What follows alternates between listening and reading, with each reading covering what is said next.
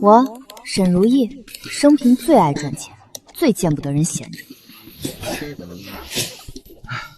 老板，这都连轴转16个小时了，让我们歇会儿吧。你歇了钱歇吗？只要人没断气，你们就得给我死命干。这批货5点前必须发走，动起来！真是周扒皮转世，彻底掉进钱眼里了。掉进钱眼里怎么了？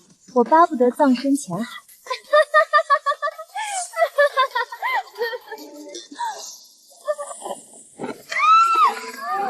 饭可以乱吃，话不能乱讲啊！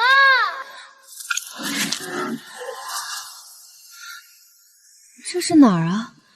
我不是被钱砸死了吗？难道说我穿越了？沈如意，这些都是我的红颜知己，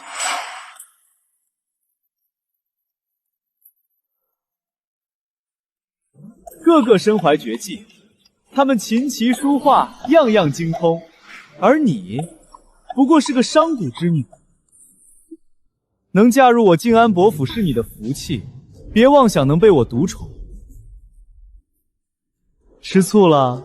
嫉妒了？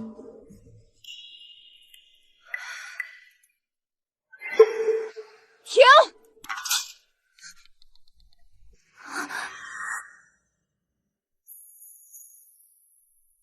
所有人，后院集合！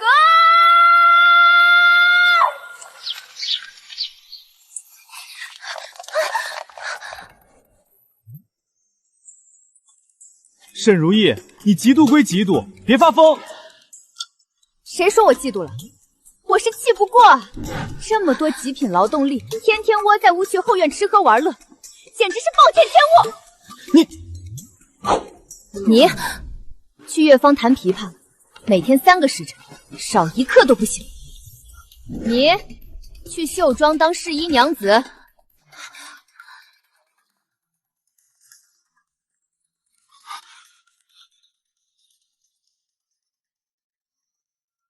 至于夫君你，长公主爱看反串，你身段漂亮，容颜绮丽，就去她府上赚点外快吧。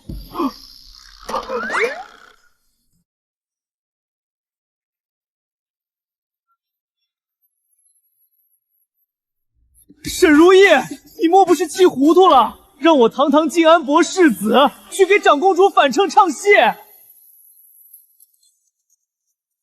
那种下九流的营生，你也敢让本世子去做？少夫人，奴家这双手啊，平日里是专门给世子爷添香的。若真去了乐坊那种地方抛头露面，岂不是丢了伯府的脸面？俗不可耐。当真是商贾之女，开口闭口就是营生。我这具身体的原主本是江南富商的嫡女，他爹想着攀点权贵好做生意，花大价钱求来了这桩婚事。我这人其实脾气挺好，唯一的雷点就是看不得亏本。沈家这笔生意，我断不可让他亏了。红袖姑娘，你这把上好紫檀木制成的琵琶，每月要用特制的香油来擦拭。柳如烟姑娘，你非云锦不穿，跳一次舞就要废掉一双珍珠坠底的舞鞋。还有你写那些雅士废掉的纸，都是专门派人去苏州采买的，一张纸抵得上寻常人家1月的口粮。至于世子爷，赏花宴、品茶会，样样都要争个面子。可你知道，你现在的兜比你的脸还干净。你竟敢翻本世子的账！来人！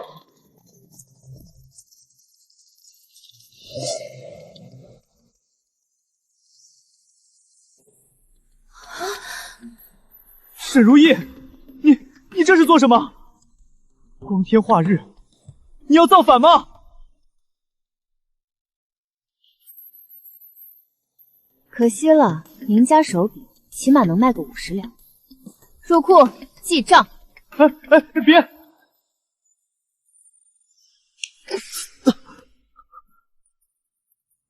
世子爷说笑了，我既然嫁进了伯府，自然要为伯府的生计操劳。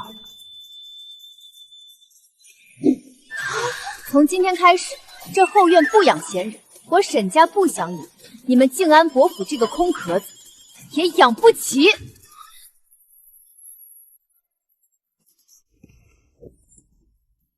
红袖是吧？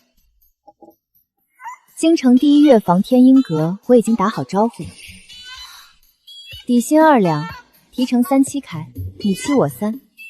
毕竟嘛，我也不是什么黑心老板。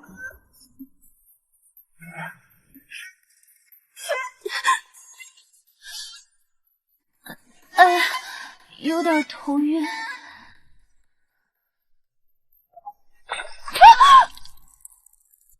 柳如烟，城南锦绣庄缺个身段好的试衣娘子，我看你挺合适。虽然累点，但胜在稳定。你会写字，就去账房帮着抄账本吧。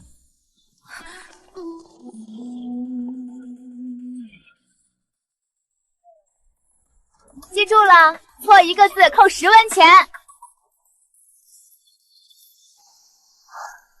夫君啊，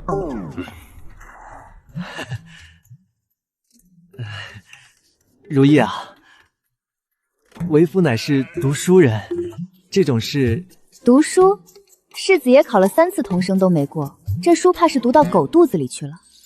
那你也不能让我去卖艺，士可杀不可辱。既然世子爷这么有骨气，那咱们就谈谈钱。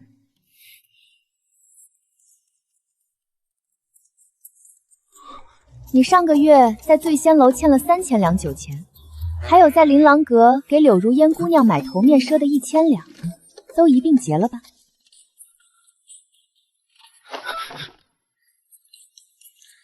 债主说了，今儿个要是还不上，可就要去顺天府告状了。到时候世子爷欠债不还的名声传出去，怕是比去长公主府唱戏还要精彩100倍。他这个伯爵世子最要的就是面子，我看他这下还能怎么办？可本世子我也不会唱啊。这李景州虽然脑子不太灵光，但这皮囊确实生得顶尖，面如冠玉，目若桃花，尤其是此时那股颓废又委屈的气劲儿，分外惹眼。不会唱没关系，听说长公主殿下最近迷上了《霸王别姬》，正缺个漂亮的虞姬，咱们世子爷只需要往那儿一站，再哭得梨花带雨些就行。这一晚上的出场费够还你半个月的酒钱了。长公主可是京城出了名的出手阔绰，若是把她老人家哄高兴了，没准儿还能赏你几幅前朝名画呢。世子爷，你不是最喜欢那些宝贝吗？当真？那春山烟雨图也有可能？去还是不去？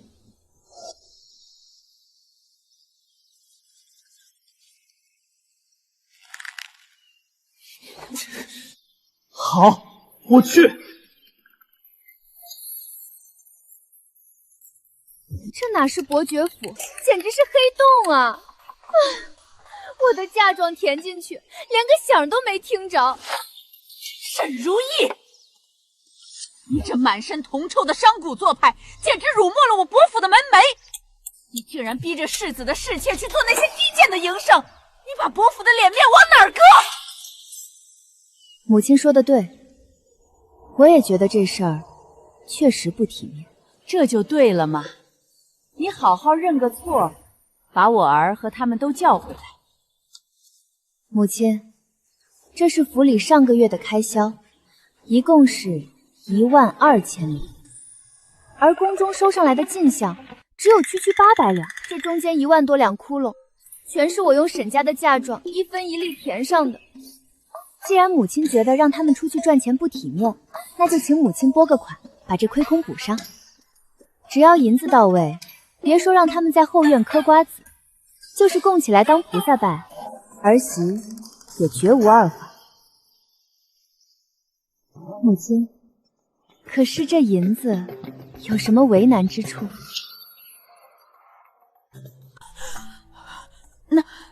那也不能让世子去那种地方卖笑啊。母亲，去长公主府唱戏那是雅事，怎么能叫卖笑呢？长公主那是皇家宗亲，最是好风雅好音律，世子爷去那儿是切磋技艺，顺便带点润笔费回来。这是文人雅士的风雅，是高山流水遇知音，怎么能叫辱没门楣呢？静安伯府早就是个空架子，老伯爷是个修道的，整天炼丹勤求长生，钱都扔进了丹炉里。至于婆母那点提己钱，恐怕也早就被李景州那个败家子哄得差不多。罢了，随你折腾去吧。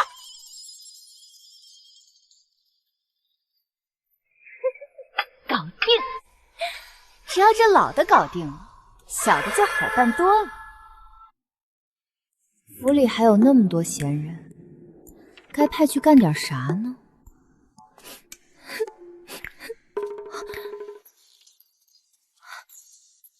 这是怎么了？怎么哭着去，又哭着回来了？难不成有客人为难你？谁敢动我的员工，我跟他拼了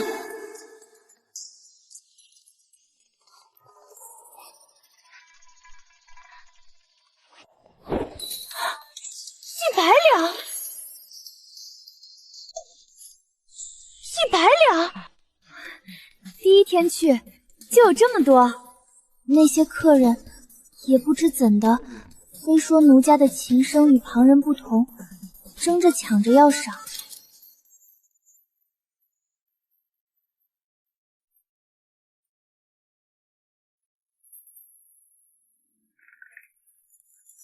好，姑娘这气韵非同凡响。这琴音如泣如诉，天音阁从前可从没听过。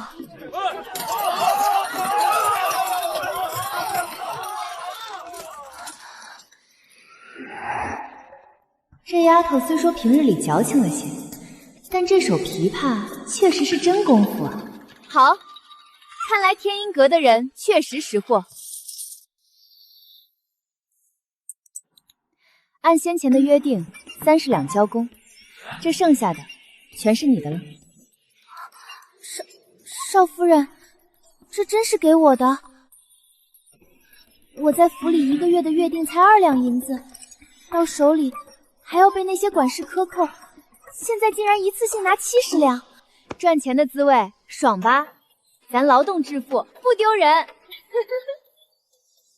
明天继续努力，我看好你，你迟早是京城第1琵琶手。少夫人，我会努力的。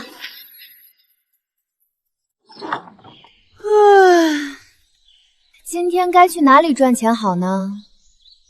红袖，这么早？少夫人，您起来啦！奴家昨儿个熬夜又琢磨出一首新曲子，今晚天音阁能不能给奴家再加一场？好啊，好啊，赚钱不积极，思想有问题，孺子可教也。行啊，只要你吃得消，想加多少加多少。谢谢少夫人。我保证把那些大官商骨兜里的银子都掏出来。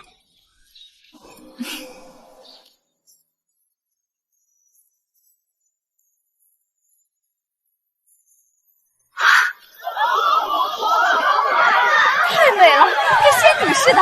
掌柜的，赵真身给我包2套。我也要，我要他头上那款发带，还有这件掐腰的小袄，我全要了，都给我包起来。好嘞，这就给您系上，别挤别挤，都有啊。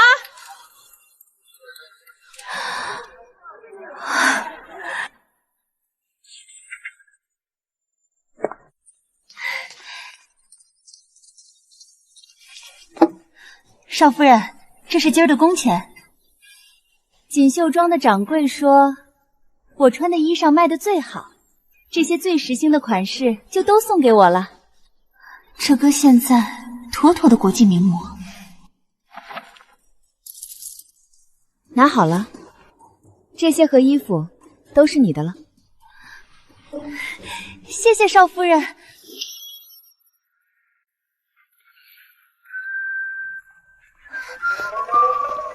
红袖，几日不见，陪本世子去赏赏花。世子爷自重，奴家还要赶着去上班呢，迟到了全勤奖就没了。这样好看，还是这样好看？跟衣服搭吗？柳如烟，你这舞步……哎呀，世子爷您让让，挡着我的光了。你这衣服也……这双面绣的料子贵着呢，我当几天模特才换来的，弄坏了世子爷您赔得起吗？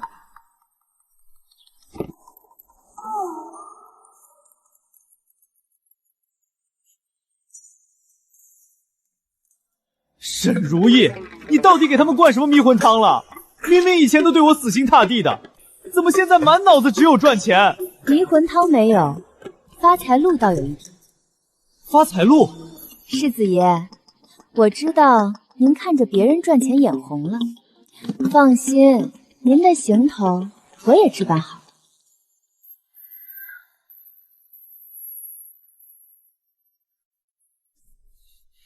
别乱动。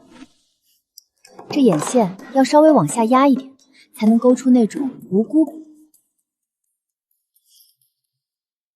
不错不错，配上你这双桃花眼，真是别有一番风味啊！记住，你是去切磋技艺的，不是去卖笑的。本世子知道，士可杀不可辱。要端着，要高冷，要表现出一种视金钱如粪土，却不得不以深入红尘的破碎感，懂吗？沈如意，你真是把本世子算计到了骨子里。世子爷，想想那4千2千条，这破碎感不就来了吗？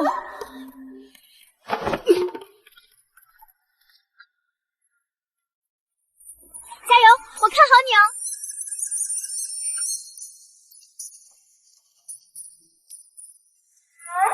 这一波要是成了，伯府半年的开销就稳了。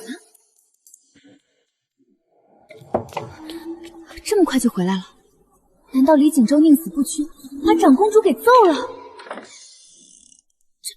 这是……世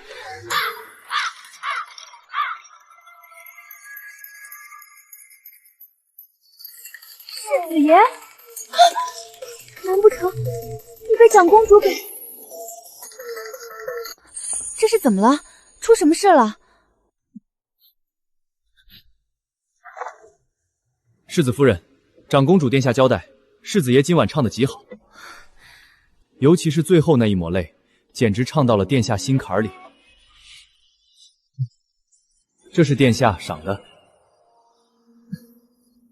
另外，殿下想请世子爷做公主府的客卿，往后每月逢5逢10，还请世子爷过去聚聚。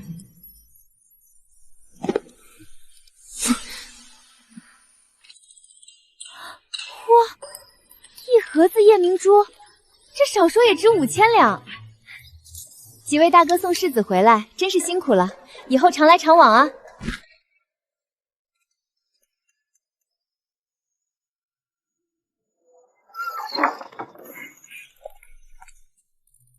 行啊，李景州，真是深藏不露啊！第一天上班就拿下这么大的单子，看来你天生就是吃这碗饭的料。沈如意，在呢，世子爷有何吩咐？长公主她居然让我坐她大腿上！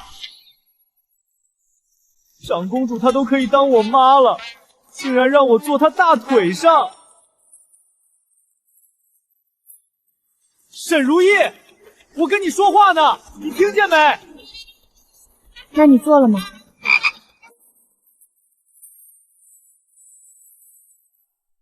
做了。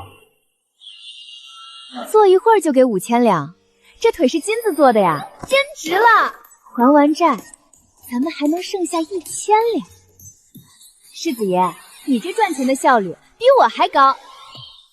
沈如意，你就一点都不在意吗？我是你夫君，我去伺候别的女人，你就不觉得屈辱吗？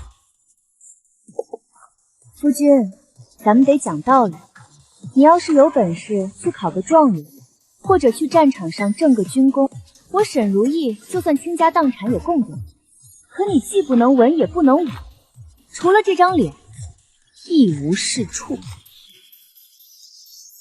咱们这叫资源合理利用。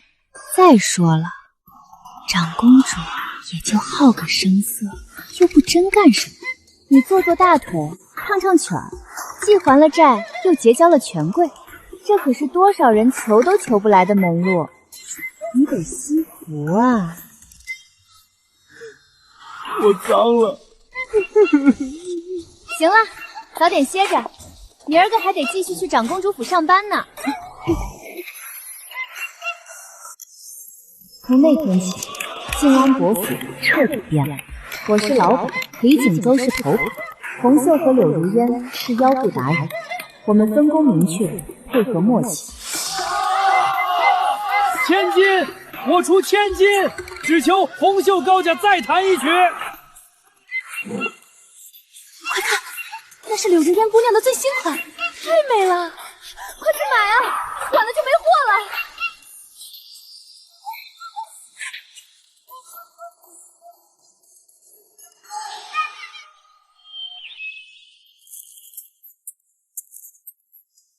如意，今天在长公主府，我听到了个了不得的消息。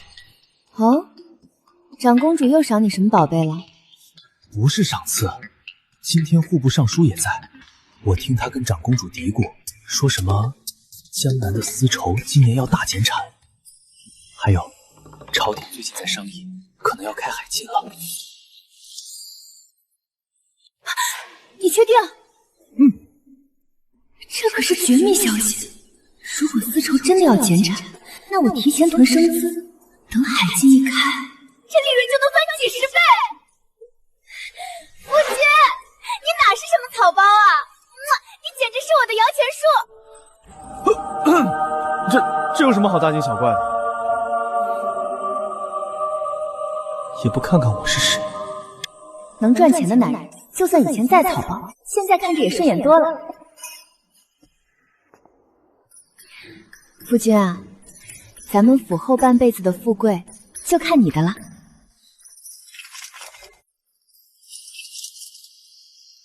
不会吧，我的暴富大计不会还没开始就被发现了吧？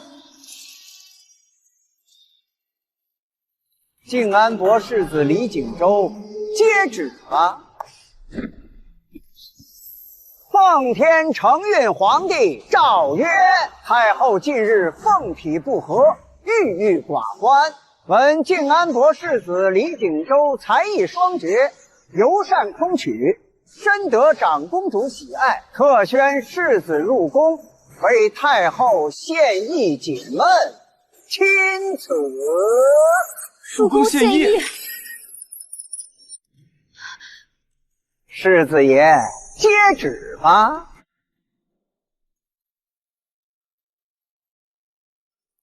长公主喜欢看戏是一回事，那是私底下的爱好。可要是进了宫，在太后和皇上面前唱戏，那性质就变了，是把靖安伯府的脸面彻底撕下来扔在地上踩。今日这旨意一旦接了，以后李景州别说在勋贵圈子里混，就是走在大街上，恐怕都要被人指指点点，说他是幽灵世子。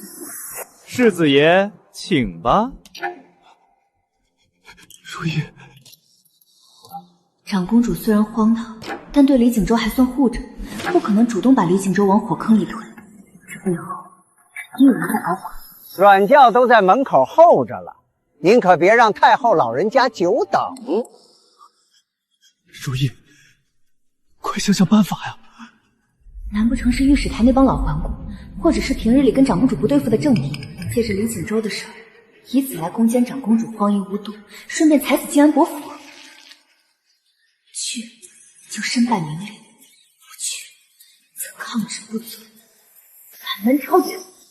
世子爷，怎还未动身？莫非是想抗旨？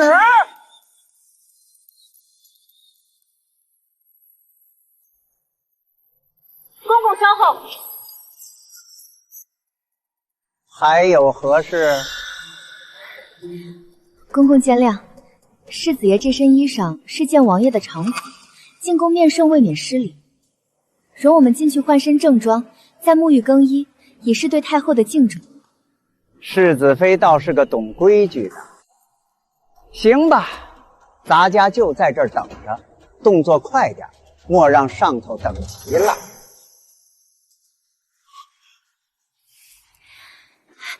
走。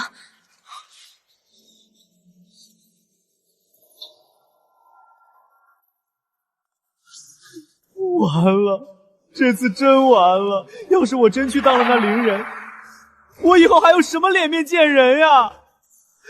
列祖列宗都要被我气活过来！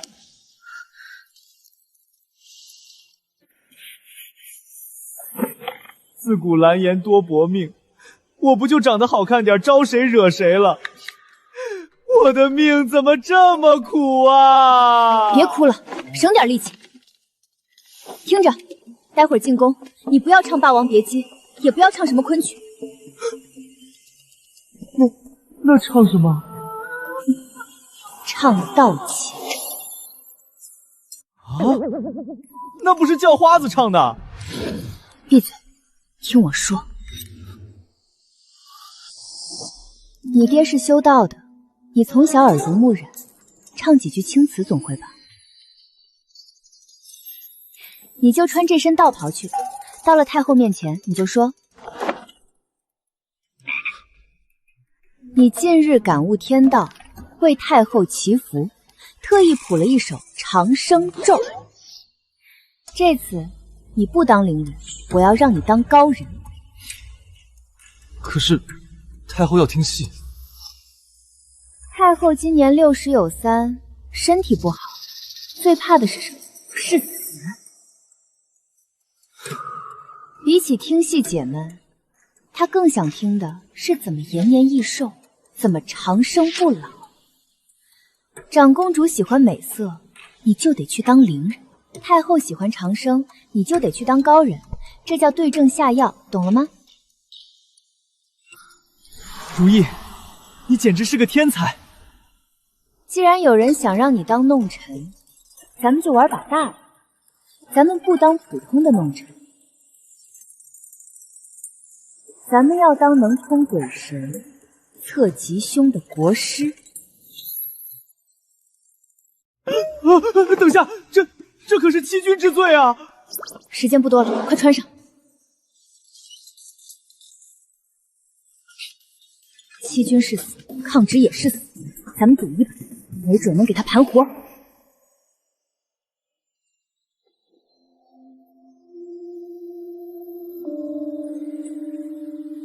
记住，进宫之后少说话，多装逼，眼神要空洞，要悲悯，要像看傻子一样看那些达官贵人。要是有人问你话，你就说天机不可泄露。好，我拼了！账本看不进去，算盘也打不动。这我可是把全家的脑袋别在裤腰带上玩。李景洲要是演砸了，明天我就得在断头台排队。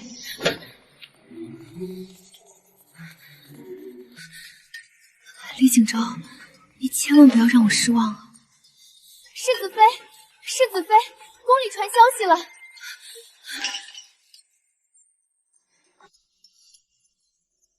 宫里怎么说？恭喜世子夫人，贺喜世子夫人！公公快请起，世子爷他……世子爷在宫里那是神仙下凡呐！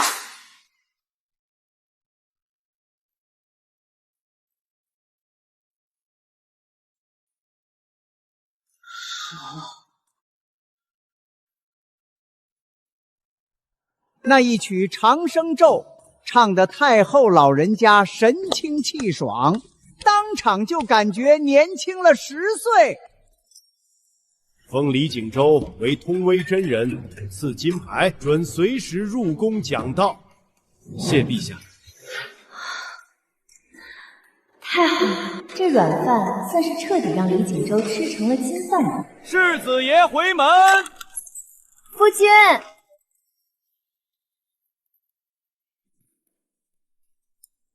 这表情淡漠、眼神高深的样子，还真有几分得道高人的模样。浮生无量天尊，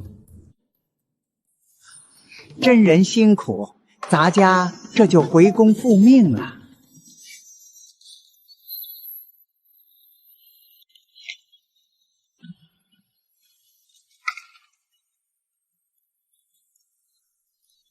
如意，成了，真成了！你是没看见，宫里那帮御史的脸绿的要死，偏偏一句话都不敢说。是，太后还拉着我的手，叫我小神仙。行了，收着点儿。今晚赚了多少？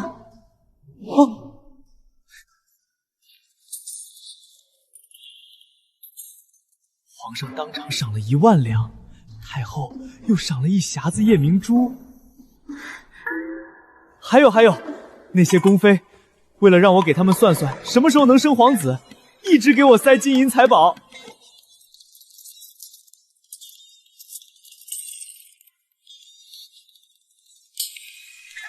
1、2、3、4，这哪里是摇钱树，这简直是聚宝盆啊！发了！李锦州，咱们这次真的发大财了！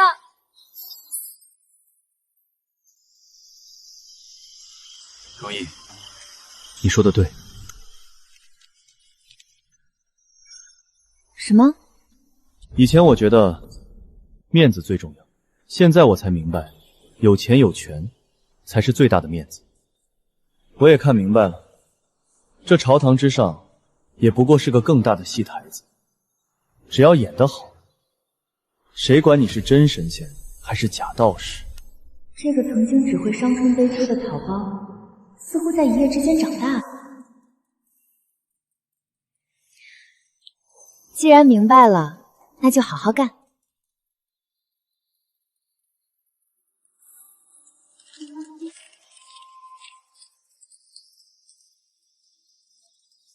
明天红袖和柳如烟那边，我也要给他们涨工资。你有新主意了？咱们静安伯府以后就要垄断京城的文旅和玄学产业，做大做强，再创辉煌。这只是开始，在这偌大的京城，只要你想赚钱，就没有赚不到的钱，哪怕是远饭，我也能把它炒成黄金。毕竟我叫沈如意，万事如意的人。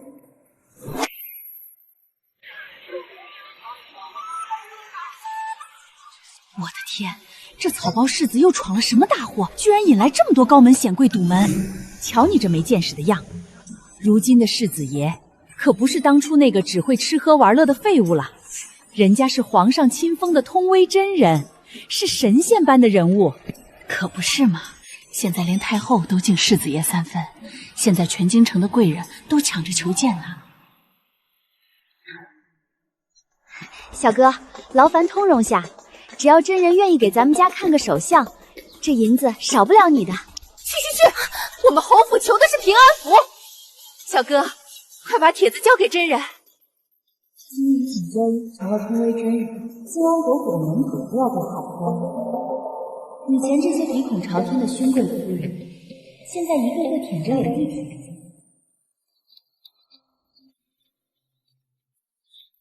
去，把门关了，告诉他们，真人正在闭关，参悟天道，不便见客。世子妃，这外面可都是有头有脸的人物，全拦了。照我说的办，这叫饥饿营销。各位夫人请回吧，真人正在闭关，参悟天道，不便见客。世子妃，全都打发了，可这也不是长久之计。别急，再给他们放个消息。真人每月只出关3次，每次只接见1位有缘人。那谁是有缘人？怎么定啊？那自然是看谁出的香油钱多了。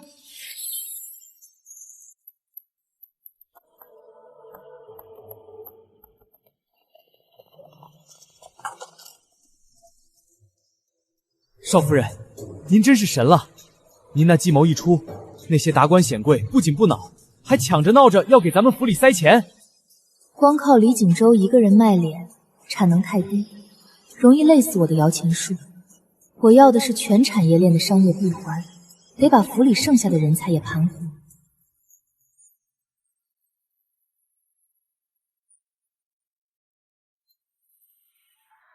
进项500两，出项300两，余钱。绿旗，少夫人，上月入账3200两，绸缎损耗。别背了，少夫人，我没有偷懒。你的才华不该浪费在数字上。从今天起，你就是咱们伯府的首席文案。文案？那是何物？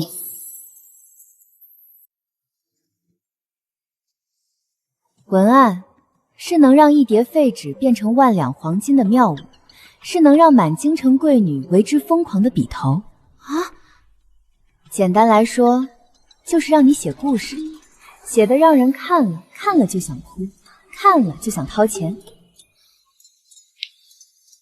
这块玉佩是我在城南杂货铺500文收来的，但到时这玉佩会卖出1000两金。这玉佩成色极差，怎么可能卖出1000两金？哼，成色极差，那我们就利用你的妙笔生花，给它润色。你给这块玉佩写个故事，就写这是通威真人在昆仑山修炼时偶遇9天玄女，玄女感念他心诚，垂泪化作此玉，佩戴者可容颜永驻，夫妻和顺。少夫人，这是骗人？不，这是品牌故事。这块玉本身只值500文，但加上你的故事，加上真人的开光，它就值500两。其中的差价就是知识付费，也是你才华的价值。只需写个故事，就能卖出高价。试试。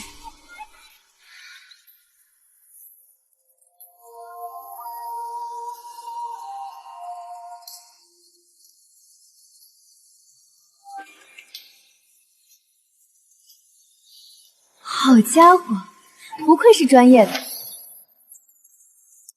辞藻华丽，情感动人，这种凄美，这种宿命感，看得我这个资本家都差点信了。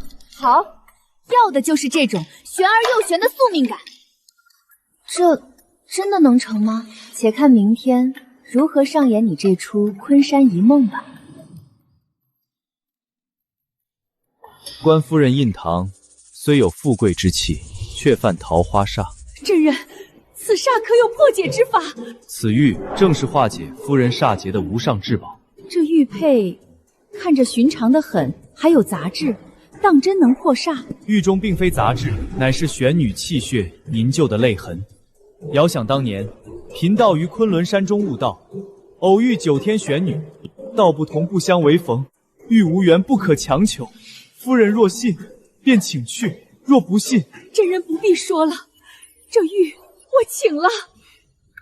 这5000两，请真人千万收下，保我夫妻和顺。心诚则灵，夫人自会得偿所愿。5000两，真的成了。多谢真人庇佑。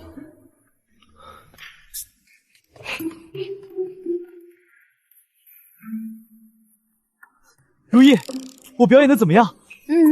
真棒。少夫人，我写的字竟这么值钱。这只是个开始，这是你的提成，拿好了。往后咱们还要出真人同款香囊、真人亲笔福字、真人打作蒲团，每一个产品都要配上你写的催美故事。只要包装到位，你的才华就是这世间最贵的金矿。好，我听少夫人的。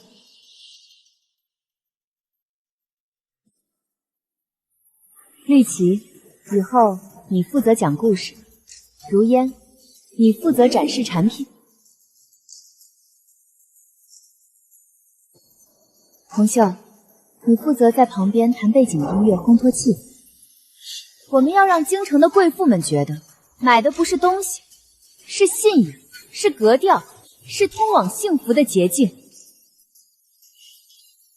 谨遵少夫人吩咐。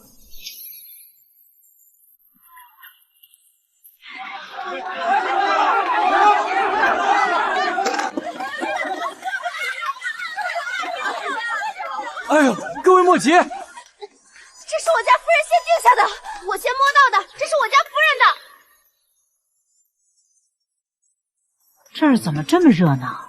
夫人，是静安伯府在卖通威真人开过光的平安物件，听说求了能旺家宅，顾姻缘。原来是真人亲赐的开光宝贝，今日可真是撞上机缘了。夫人，我家观主已在观内备好香案，就等您了。烧香什么时候不行？真人的宝贝晚一步就没了。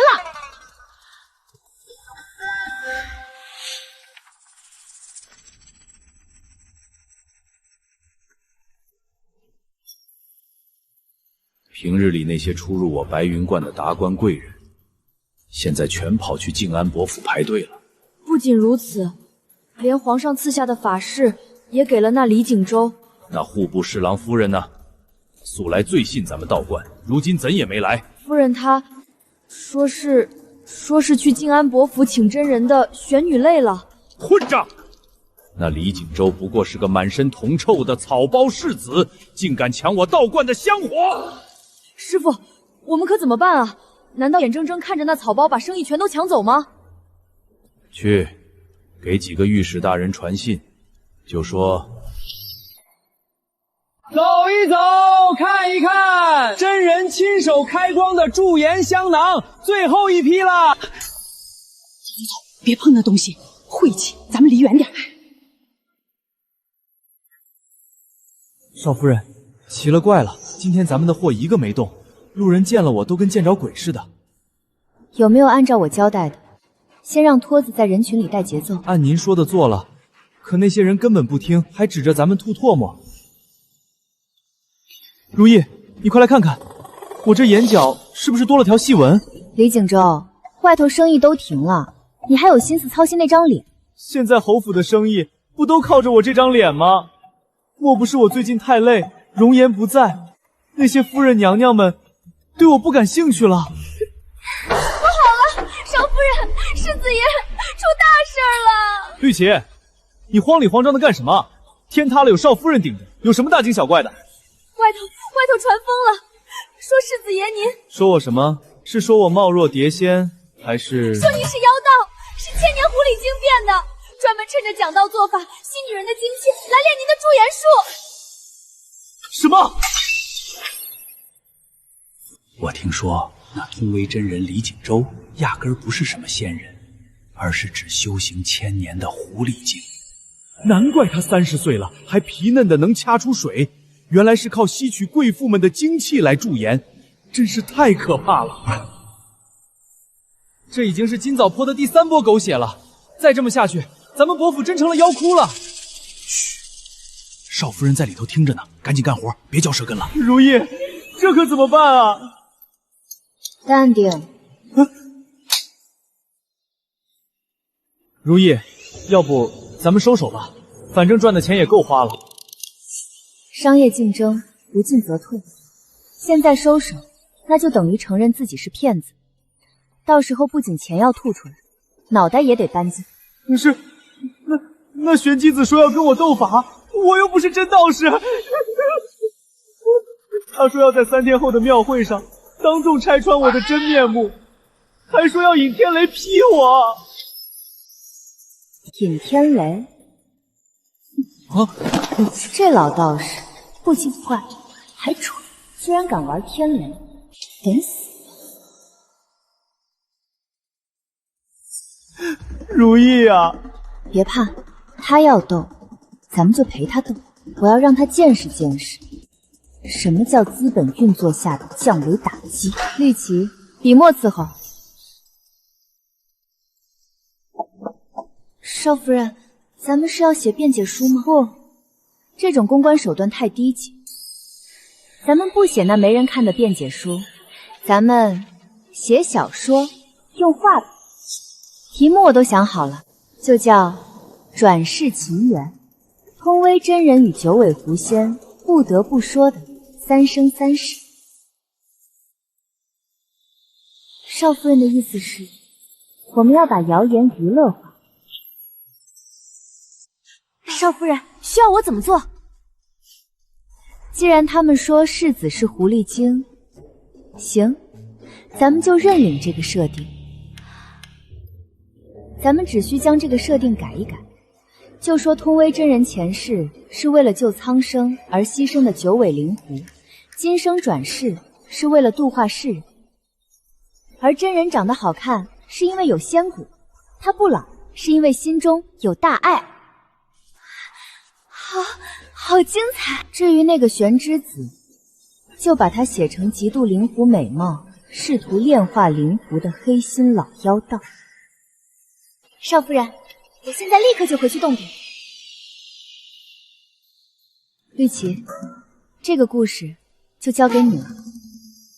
少夫人放心，明天我定要让全京城男女老少的泪水都为通威真人而流，集玄幻、言情、宫斗于一体的故事，每强惨的主角，就问谁能不爱？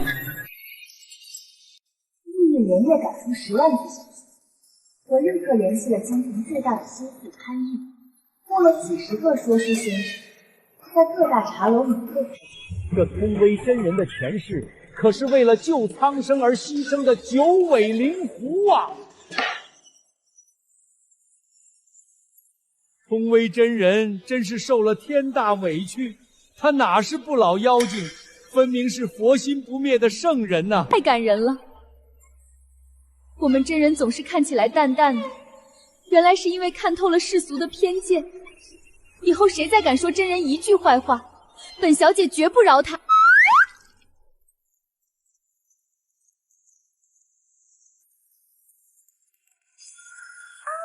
黑心肝的畜生，还想往真人的仙体泼脏水！通威护法们，给饶命！好汉们饶命啊！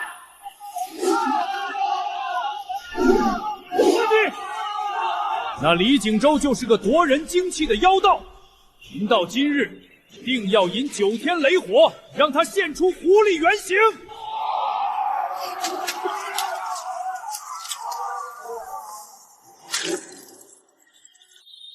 你才是老妖道，你就是嫉妒我们真人的美貌和名气。你们，如意，万一他真劈下雷来怎么办？我这九尾狐仙可是你编的，我本尊可不会法术啊！这老道士不过是懂点火药知识，就出来装神弄鬼。放心，昨晚我已经派人在上边淋了水。胆敢质疑本高人，一会儿我就让你们好看！天威浩荡，引雷降魔，妖孽受死吧！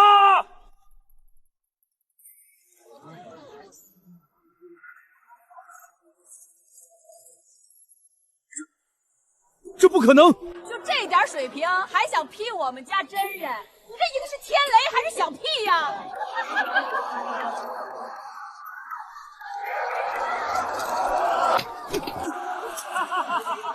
老道士，你是不是没吃饱？这雷还没我儿子放的屁动静大呢！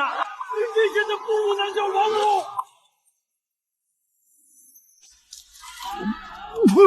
都给我闭嘴！肯定是李景州那妖道搞的鬼！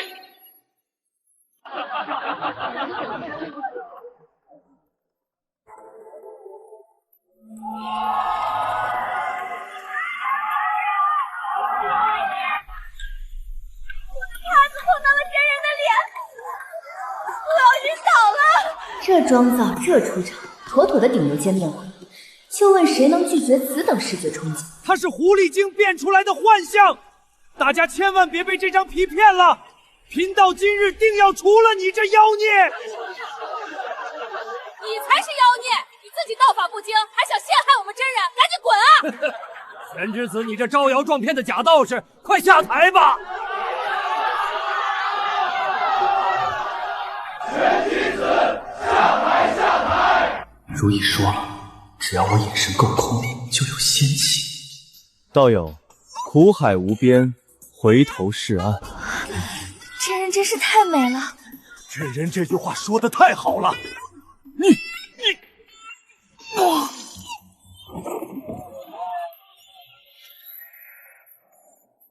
上次之后，玄居子身败名裂，白云观倒闭，而静安伯府的香火比以前还旺了10倍。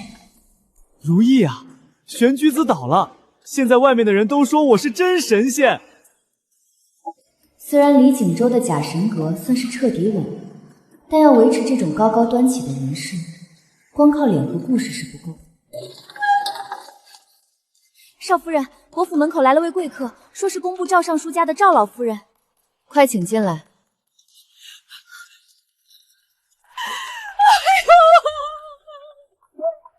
真人救命啊！坐好。我的小孙子自从上个月搬进新修的园子，每天晚上都哭闹不止，说听见墙里有人在哭。我请了好多和尚道士都不管用，大家都传那园子底下压着冤魂。莫惊慌，老夫人您先请起。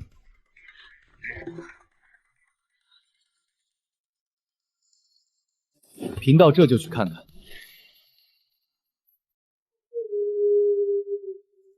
是风声。如意，你听见没？真的有冤魂在哭啊！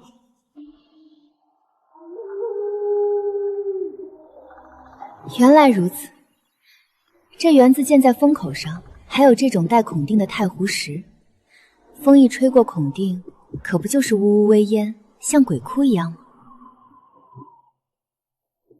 真人，你听见了吗？这就是那冤魂在啼哭啊！还求真人施法驱邪。赵夫人，此地确实有异，这假山之下压着一处前朝的风水眼。风水眼？那是招了邪物了吗？要把这园子拆了吗？拆了太可惜，也有损贵府的气运。贫道有一法，既可镇住这地气，还能化煞为财。真人请讲，只要能救我孙子，多少钱都行。须得在此处摆放几尊贫道亲自开光的泰山石甘当，再将那些多余的孔洞用金粉混合朱砂点品。真人真是法力无边，只要能压住这邪祟，金子银子都不是问题。快去库房搬金子。既然赵老夫人信得过真人，真人今晚便亲自主持这场法事，定保贵府园子太平。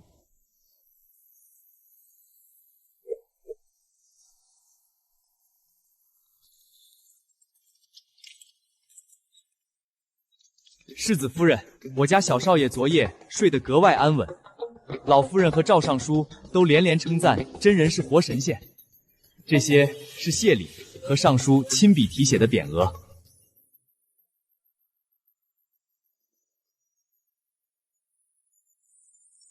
辛苦了，还请替我和真人谢过赵老夫人与赵尚书。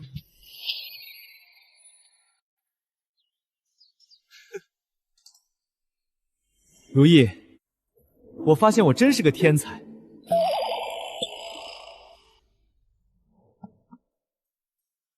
如意啊，你说我是不是真的有点法力？你有法力，那是知识的力量，知识就是金钱，懂不懂？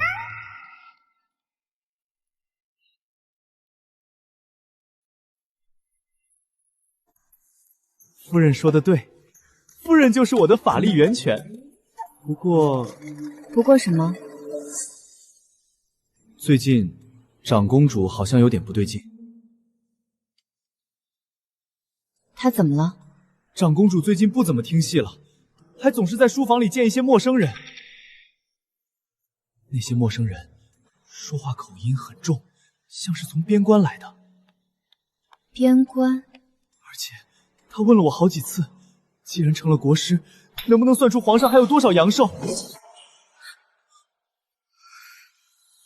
皇上阳寿，长公主这是要造反啊！本来只想兢兢业业的做一个快乐的资本家，没想到一不小心，竟然半只脚踏进了争皇位的漩涡中。从今天开始，长公主再问你关于皇上的任何事，你都只有一句话：什么话？真龙天子，万寿无疆，气运之盛，凡人不可窥探。那万一他逼我说呢？那就装晕，装吐血，实在不行就说你窥探天机被反噬了。记住，咱们是求财，不是求死。这种掉脑袋的浑水，绝不能沾。原本以为只要搞钱就能解决一切问题，现在看来，钱多了，麻烦也跟着升级了。如意，要不咱们连夜逃跑吧？跑不了，咱们得想办法找个更硬的靠山，或者想办法从这艘即将沉没的船上跳下去。复选皇商的时候，锦衣卫指挥使陆燕曾对我家格外关照。那个冷面阎王陆燕，他会帮我们吗？不试试怎么知道？这笔保命的生意，该换个更有价值的合作伙伴。绿旗，寄给陆燕的信就写一句话：长公主府后门，每逢初一15，有运送咸鱼的车队出入，车辙深3寸，有兵戈器。好的，少夫人。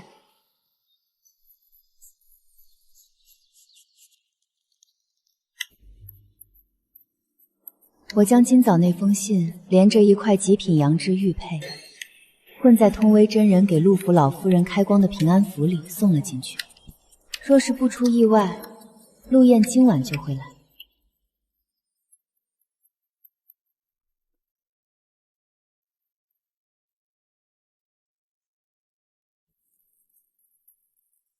沈夫人好手段。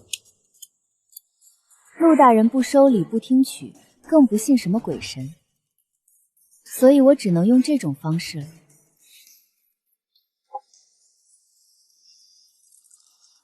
陆大人深夜造访，看来我的消息很有价值，而我也是诚心想和陆大人谈一笔生意。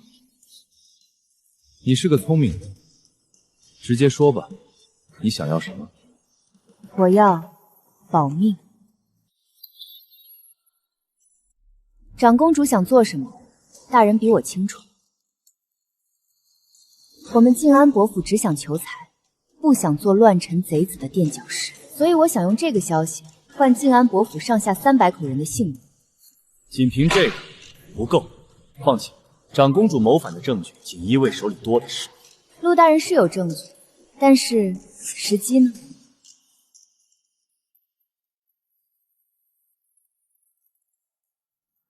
这是李景州在长公主府当差期间，凭借过目不忘的本事，默写下来的长公主府客卿名单，以及他们谈论过的举事时间。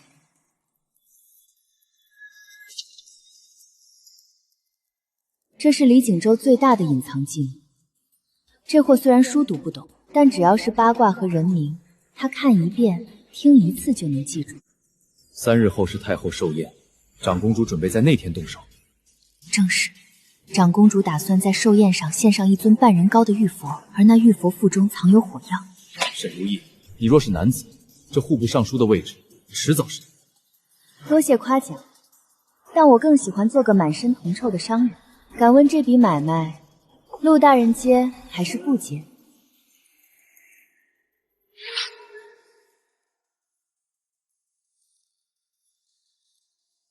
成交。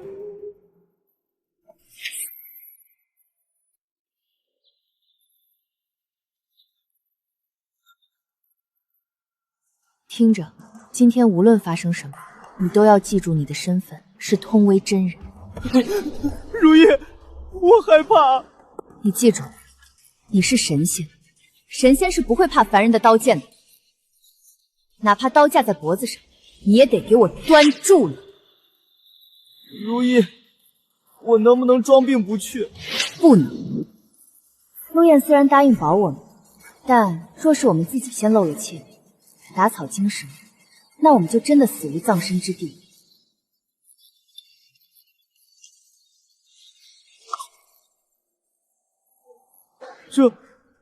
这是毒药吗？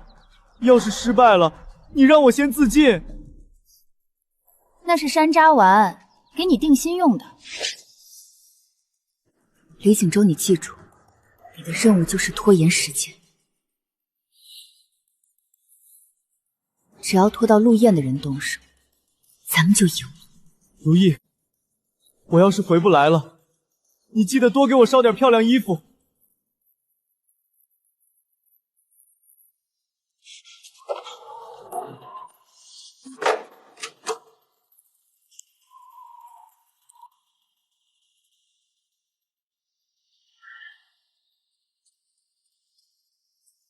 少夫人，姨娘们都已经按您的吩咐躲进地窖了。我知道了。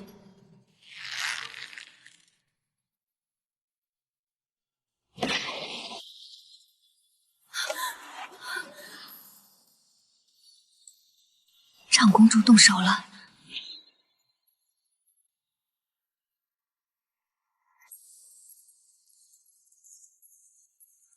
长公主殿下为太后娘娘献上玉佛一尊。长公主的这份寿礼，哀家甚是喜欢。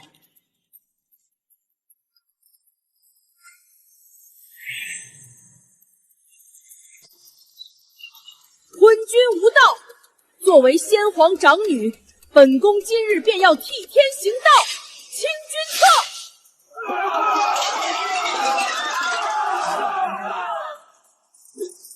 陆燕在哪儿？锦衣卫呢？快来护驾！通威真人，你不是号称能通鬼神、测吉祥吗？你现在就当着百官的面说，这皇位是不是该轮到本宫来做了？只要你敢说半个不字，本宫今日就让你血溅当场！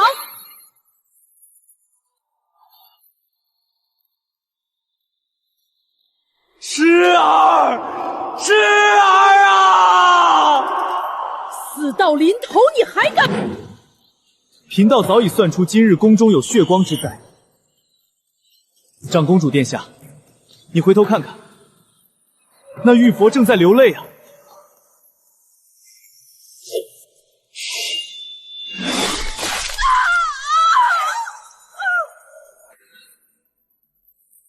锦衣卫救驾，拿下反贼！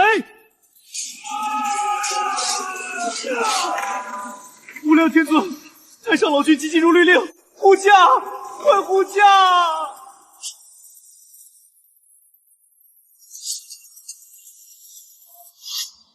虽然李景州钻桌底的姿势不太雅管，但在那种掉脑袋的关头，谁还在乎这个？大家只记得，在反贼逼宫的关键时刻，是通威真人用神迹分散了长公主的注意力，为锦衣卫救驾争取了最后的宝贵时间。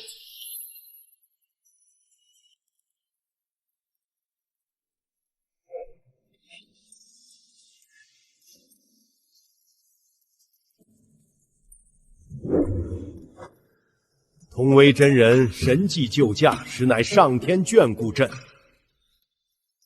朕要封你为大周国师，世袭静安宫，享万世荣华。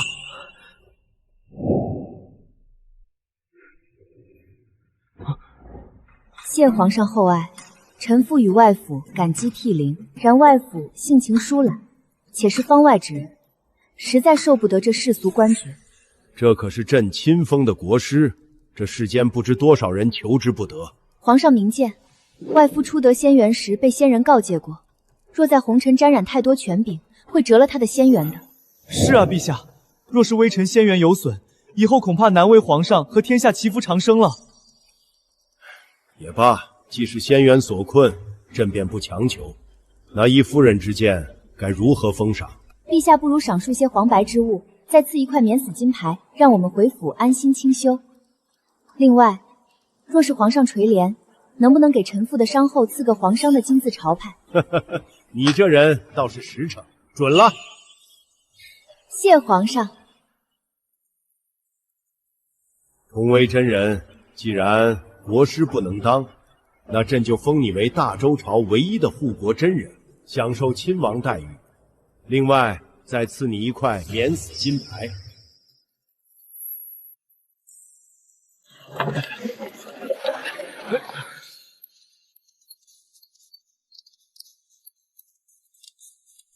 如意，我现在是不是真的很厉害？厉害，厉害极了。李景州，你简直是全天下最厉害的演员。其实那天，长公主把剑架在我脖子上的时候，我本来是想跪地求饶的。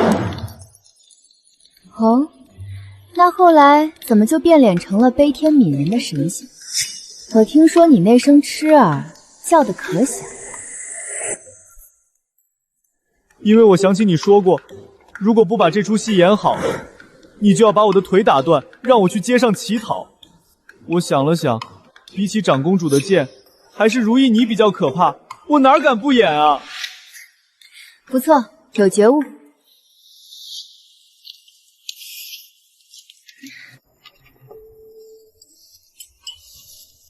看来这种恐惧式管理法还是不用想。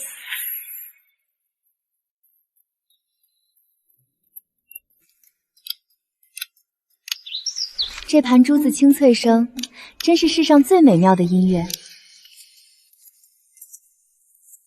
夫人，别算了，先歇会儿吧，钱是赚不完的。谁会嫌钱多呢？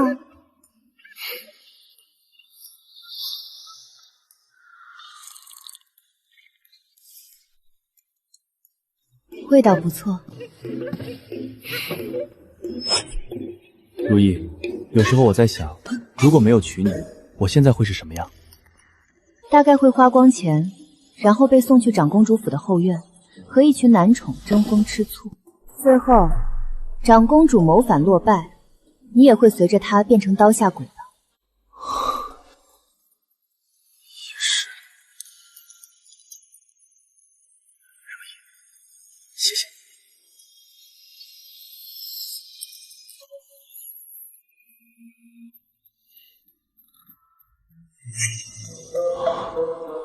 谢我什么？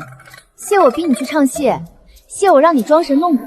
谢你没有放弃我，谢你让我知道，原来我李景州除了这张脸，也还是有点用处的。虽然我们之间没有一种惊心动魄的爱情，也没有什么山盟海誓，但他听话、好用，能赚钱，还能提供情绪价值。我也给了他富贵、尊严和安全感，这难道不是世间最完美的婚姻吗？皮肤这么嫩，你真是不老狐妖啊！行了，别煽情了。赵尚书家又来请了，说是想在后花园修个游泳池，让你去看看风水。游泳池？贫道这就去，定要让他们知道，这水可是深呢。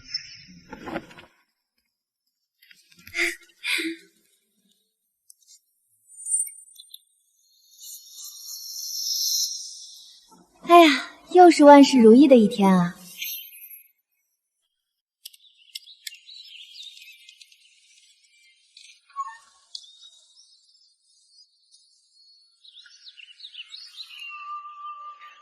如意，赵家那水池风水，我已按你说的布了聚财水局。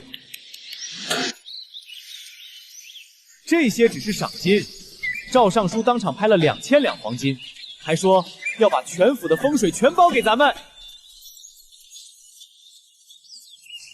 不错，比上次多赚了500两。城东首富周万金也递了帖子，说他家新盖的戏楼夜夜有哭声，愿出3000两镇宅。闹鬼？又是风吹回声？是回声不错，不过咱们这次要演一场仙师镇戏魂，让红袖他们去搭台造势，把我们府的文娱名声再推一走。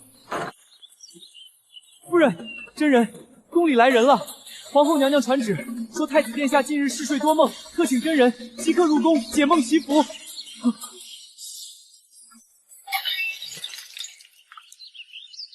太子解梦，如意，这可是皇家嫡脉，万一搞砸了，我们全家都要掉脑袋的。怕什么？太子嗜睡，无非是积食少病。太医懂医理，却不懂你的心理。你入宫只管说太子是文曲星下来，受了凡间浊气，配子服清居3日，必痊愈。听你的，反正跟着你，我从来没输过。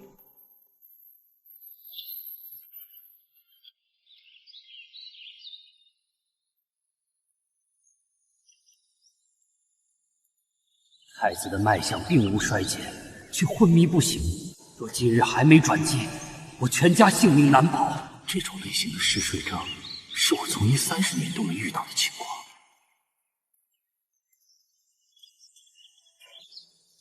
这个同为真人竟不带药香，若他能救醒殿下，我宁愿承认医术平庸。真人，太子已昏睡3日。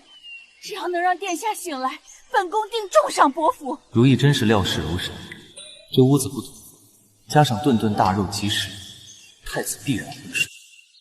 娘娘息怒，殿下乃文曲星下凡，如今被满是浊气与肉食缠绕，清灵之气受损，这才沉睡。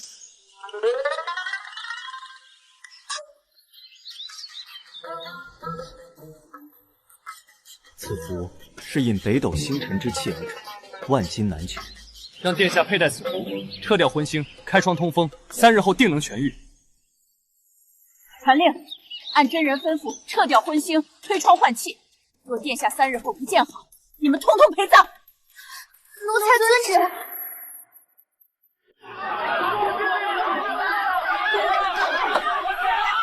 阮千两，我出1千两，先给我来一掌，我儿子下就要考举人了。滚开！本夫人出双倍，谁敢抢这头一份，我定要撕了他的脸！各位夫人冷静，皇后娘娘有旨，文昌符乃皇家圣物，每日仅能限量供奉30张。今日30张符已经全部售罄，各位请回吧。去搬个凳子，在这门角守着，明早第一个冲进去。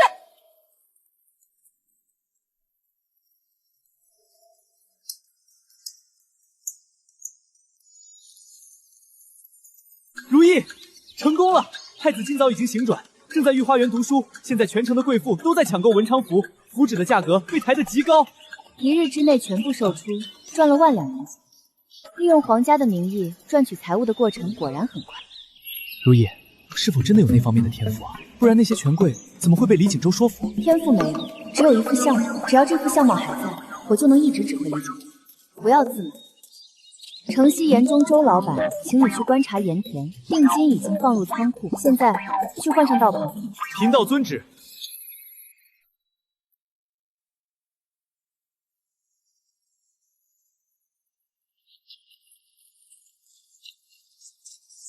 真人救命！这盐田连月不出盐，再这么下去，我全家都要投海了。如意果然料事如神，这排水沟堵得连苍蝇都飞不动，海水出不去，地气能通才怪。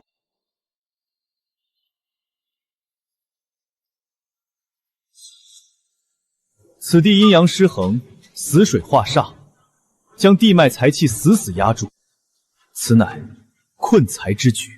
多谢真人指点迷津，只是小人不知如何才能破这煞气，还请真人指点。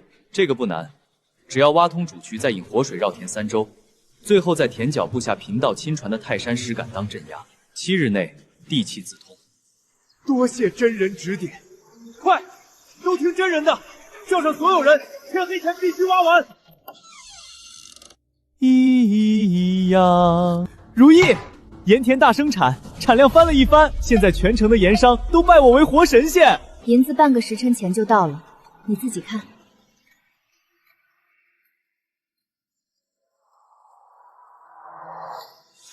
这么多，这盐商为了报恩，竟连压箱底的宝贝都送来了。银子只是谢礼，这半成盐脂的分红，才是咱们伯府死后长盛不衰的根基。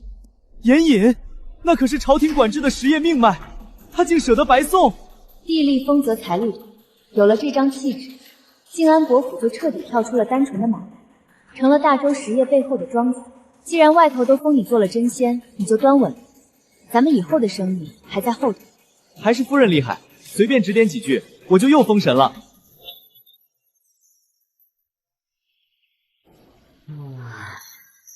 真人的衣袍仿佛带着流云，坐在花丛中，竟让这些名贵牡丹都失去了颜色。真人，前几日您给的那枚平安符，能不能再赐一张？多少银子我都愿意出。符咒乃是缘法，强求只会损了福气。诸位夫人，赏花即可，莫要执着于身外之物。真人连拒绝的样子都如此超脱世俗，真是不食人间烟火的仙人。他以前不过是长公主府里的玩物，凭什么现在被这群贵妇捧上天？我一定要撕烂他的伪装！什么同为真人，不过是在长公主府里靠着脸部皮相唱曲的伶人。这群女人竟然相信这个骗子能接触到神灵。赵公子，真人是在帮助世人，您不应该在这里侮辱真人。赵公子站在这里，让这些花都不好看了。大家不要生气，每个人都有自己的命运。有些人的运气快要用完了，自然会觉得别人是骗子。如意昨晚就派人调查过，侯府西北角的墙基深度不够，而且用了不结实的木料，遇到雨水就会松动。赵林，你的腿很快就要断了。赵公子额头颜色暗沉，平往关你家宅西北方，近期冻土严重，破坏了地脉，3日内必有血光之灾。妖道，休要咒我！若3日后我没事，定要拆了你这静安伯府的招牌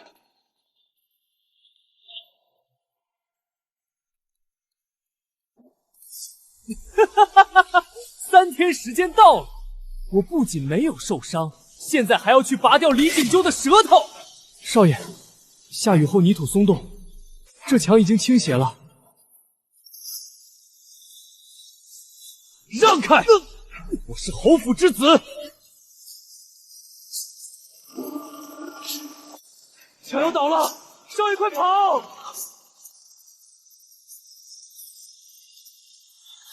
救命！快来人！少爷被挡住了。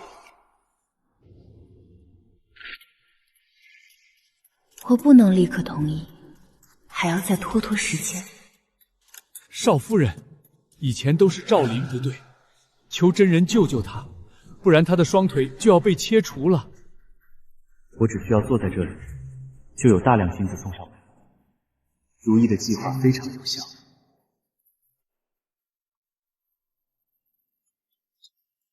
侯爷请回，真人因为预测未来消耗了大量精力，正在闭门休养。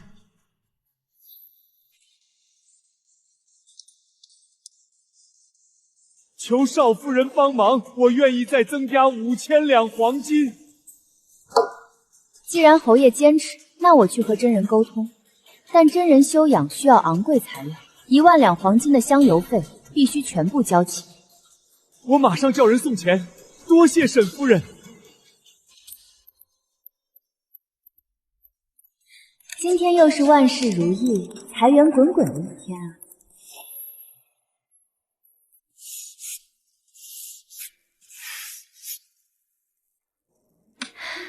再过几日，会有一批海外商船从这几个港口出发，前往番邦。京城的话本市场已经饱和，获得的利润在逐月下降。我要你把这些仙魔故事译成番邦文字，通过商船推向域外。番邦人与大周语言不通，生活习惯也完全不同。番邦人真的会接受我们大周的神魔故事吗？只要是情节吸引人的故事，无论是哪国人都会接受。我一直以为文人的笔只能写出描述自然和情感，从未想过把这些故事卖给外族人，可以换取大量的财物。你的才华不该只困在京城，你应该去拿走天下人口袋里的钱。既然少夫人这么说，那绿旗就按照少夫人的计划去尝试。海外的商船已经准备完毕，你的这些画本会和茶叶、瓷器一起装箱出发。绿旗今晚便将剩余的卷宗翻译完成，绝不耽误商船的工期。去吧，我在等绿旗这个名字传遍海外的那一天。动作轻点儿，这里面全是商船从海外带回的贵重财物，弄坏了你们赔不起。经过半年的等待，终于看到了这些装载财物的木箱。这次海外商船带回了多少利润？回少夫人，绿旗主事翻译的画本在海外已经全部售空了。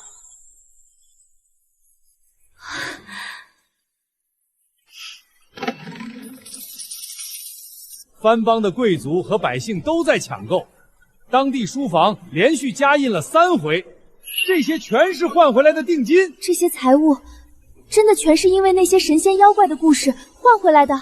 绿旗主事，番邦人说很喜欢这些故事，他们还在询问什么时候能看到下卷的内容。绿旗，现在你还觉得文字只能用来描写虚构的情感吗？这些财物的总额足够你再开设10间书房。我第一次感觉到了文字的价值，这比我以前追求的名声更加真实。你现在不再是伯府的一个姨娘，你是大周在海外规模最大的出版商。少夫人，绿旗以前认文人不该接触金钱，现在才知道那是错误的看法。现在想明白了，文字不仅可以描写情感，还可以获取各国的财富。这只是开始，你的文字以后会传播到更远的地方，换回更多的金子。绿旗听从少夫人的安排，今后定会写出更多销上海外的文字。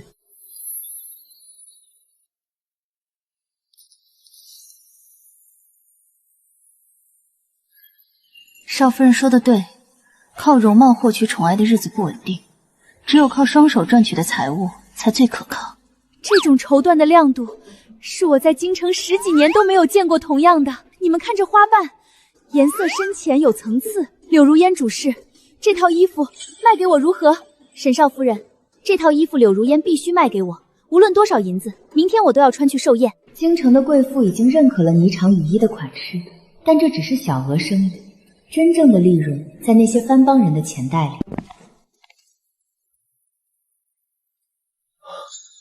我游历过数个国家，却从未在任何一种丝绸上见过如此鲜艳的颜色。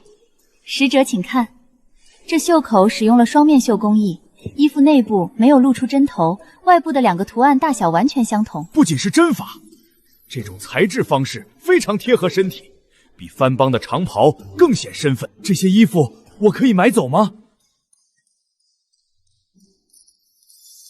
锦绣章的华服每一件都是独一无二的，如果使者喜欢，我们可以接受定做。我要定下100套。不仅如此，我要在番邦都城开一家霓裳羽衣的分店。多谢使者认可，柳如烟会亲自检查每一套衣服的质量。既然如此，请使者入内笑谈分店的契书。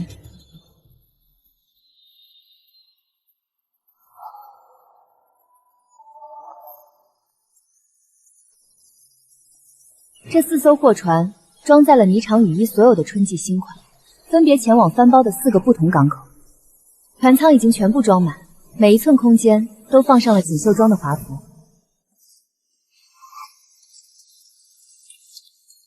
动作都稳着点儿，这些木箱里的丝绸重量很大，不能发生剧烈碰撞，更不能让水渗进去。泥土都陷下去了，这一箱箱的衣服加在一起，重量确实很大。柳如烟，这批货送到番邦，霓裳羽衣就彻底在大洲之外建立名声了。少夫人，番邦那边的分店发来了书信，番邦贵族为了购买新款衣服，已经把定金交到了明年。既然番邦人认可你设计的服饰，我们就把这个生意做得更广一些。我明白，以前我觉得伺候好世子爷就是全部，现在我更喜欢指挥这些商船，这种引导天下人穿着习惯的感觉，比在后院跳舞更能让我感觉生活有保障。从前我只为世子爷跳舞争宠，如今我穿的就是天下潮流。这只是个开始，柳如烟，我们要让这天下的人都穿上大周的衣裳。沈少夫人，我们走过很多国家，从未见过女子主持乐事，她真的能弹奏出神曲吗？乐师不必忧虑，大周的才华不在于男女，而在指尖。请各位静候。大周的琵琶不仅是乐器，更是心境。今日，红袖便为各位弹奏一曲《十面埋伏》。快看，他的指法快到重影，这根本不是凡人能达到的速度。他的起手式，这架势与普通乐工完全不同。大家仔细看好了。少夫人说过，指尖的速度就是伯府赚取藩邦财物的本钱，绝不能慢。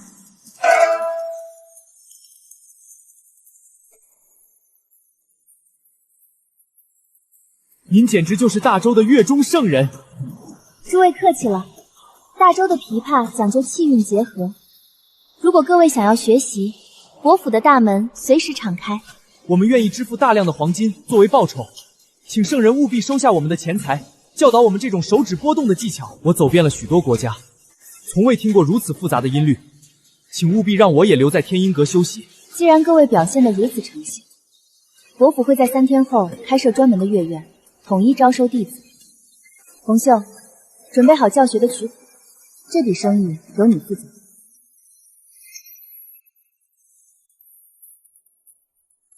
下一位，来自波斯的那位小郎君，请出示你的黄金兑换证明，不要插队。少夫人，这黄金实在太多了，装银两的柜子已经锁不上了。每人收取1000两黄金的学费，竟然还有这么多人排队等待入场。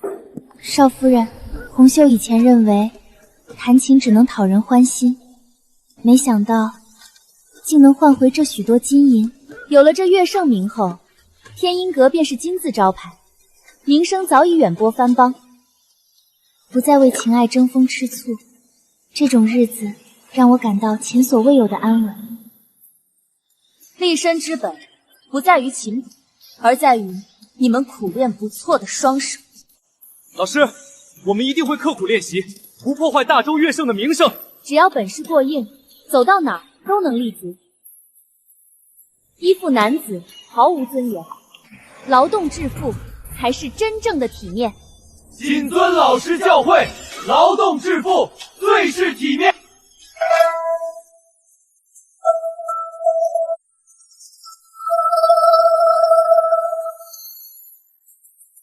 皇商金牌在手，大周境内通关免税，已是占了先机。如今我在大周商界的地位已定，确实无人能出其右。霓裳羽衣、文昌服，还有这些画本，若是能顺利出海，便是泼天富贵。但这亦是豪赌，若遇风浪或劫非，伯府3年的积蓄便会瞬间清空。海上不比陆地，我必须要一把能保命的刀，绝不能让这生意出半点差池。如意，藩邦商人已付半数定金，正催着要更新的画本呢。定金虽然收到了，但货物还没有离开港口，海上的风力很大，容易造成严重的财产损失。你不是已经让管事去兵部对接护航的事了吗？难道兵部的那些官船还不能保护货物的安全？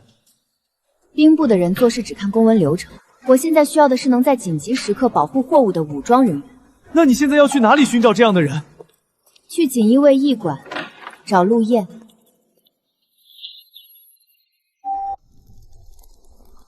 禀大人，靖安伯府沈少夫人求见。带她进来。是。沈少夫人不在府中清点账簿，来我这里做什么？如意是来给大人送钱的。送钱？这批货成功到达海外并卖出， 3成利润归锦衣卫。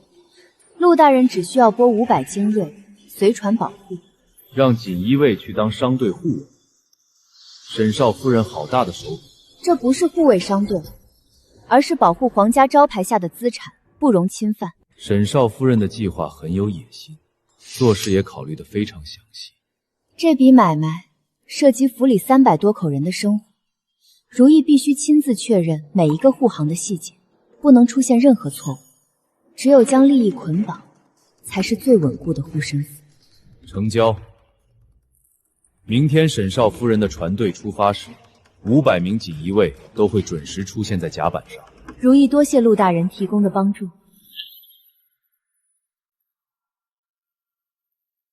整整10艘重型木船，这规模，我在码头干了这么多年，还是头一回见。3年前连修大门的钱都没有，如今竟然能出海了。沈少夫人，江面障碍已经清除，可以下令止航。有了这500名锦衣卫随行，劫匪无法靠近商船，货物就安全了。500名锦衣卫精锐已登船，头船50人，其余每船150人。我会在京城驿馆等待。沈少夫人的商船回来之时，就是锦衣卫领取3成酬劳之日。陆大人放心，如意做生意一向守诺，那3成利润定会分毫不差的送到陆大人面前。花钱买平安，这笔买卖稳赚不赔。传令下去，拉起铁锚，全员起航。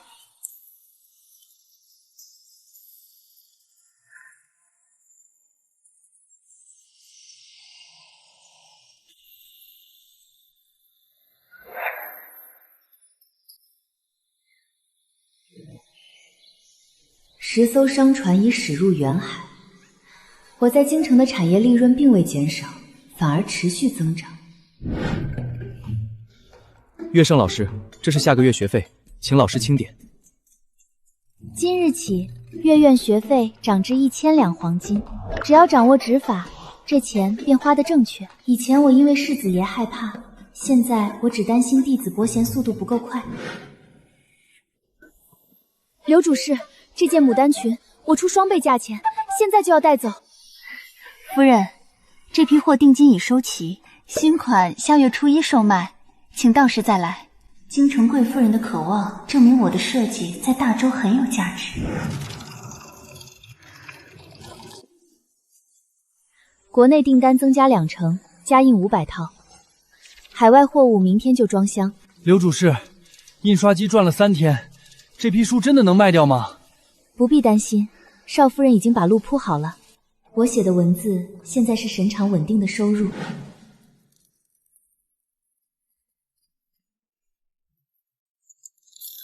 多谢真人指点宅邸方位，这是谢礼。将这道符咒拿回去，压在房梁的木头下面。虽然接待权贵耗费体力，但看到银两入库，我感觉很好。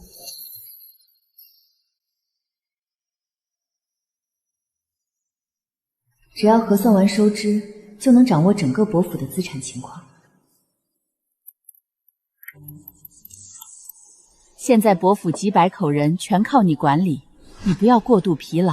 母亲，伯府现在的每个人都有自己的工作，我并不觉得辛苦。以前这间宅子里没有几个人走动，现在的收入每天都在增加。母亲，等海外的10艘商船回来，我还要把府里的金库再扩建1倍。伯府现在没有闲着的人，每个人创造的价值都让这个家庭变得更加稳固。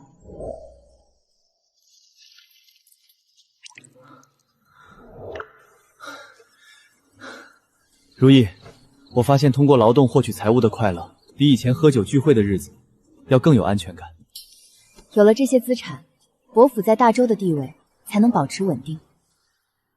这府里现在连看守大门的老头都在节省灯油，全家都在为了赚钱而努力。府里没有闲着的人，到处都是忙碌的景象。这种万事如意、财源长久的状态，才是最好的生活。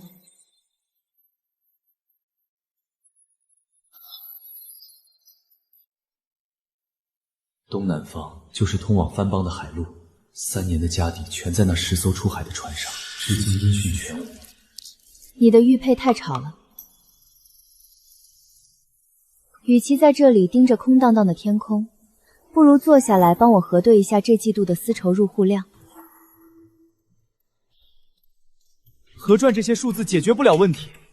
如意，那可是整整10艘大船，若是出了半点差错，咱们这几年的努力就全掉进海里了。大洲生产的丝绸和如烟编纂的故事，在番邦是稀缺的货物，只要货物安全抵达港口，就没有卖不出去的可能。唉，可是那些货物是我们所有的家底。这几天我闭上眼睛就能梦见海面上的巨大波浪，根本无法安稳入睡。我虽然表面上看起来很镇定，但自己心里清楚，那10艘商船承载伯府未来10年的发展计划。如果失败，伯府的资产会立刻缩减80%。李景州，去正厅吧。红袖他们3人现在肯定比你更加焦虑。好。如果番邦人觉得我设计的衣服过于复杂，不愿意购买，那该怎么办？如果他们听不懂琵琶曲里的情感，伯府的资金投入就收不回来了。要是他们无法理解故事逻辑，就白白消耗了那些纸张。既然你们都在这里等待，那就一起听最后的结果吧。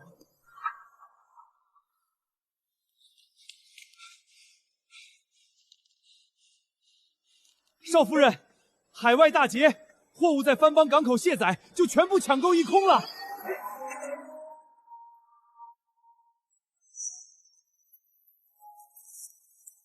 信上说，霓裳羽衣被番邦贵族定为最高等级服饰，文昌服被当作祈福工具，画本更是传超过万。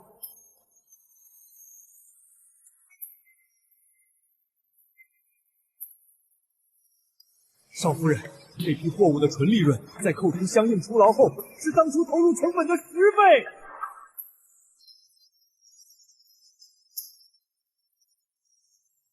沈少夫人，番邦国主希望与您签订长期的供货契约，每年都要这批货物。货物的产量有限，在大洲国内也处于缺货状态，无法全部供应给番邦。番邦愿意在原本价格的基础上再额外增加30%金银，只要伯府优先给番邦供货，金子立刻就能送到。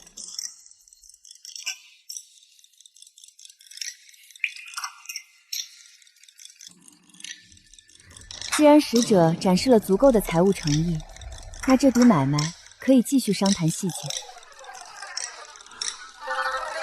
这不仅仅是一笔买卖，这是我获取海外财富的开始。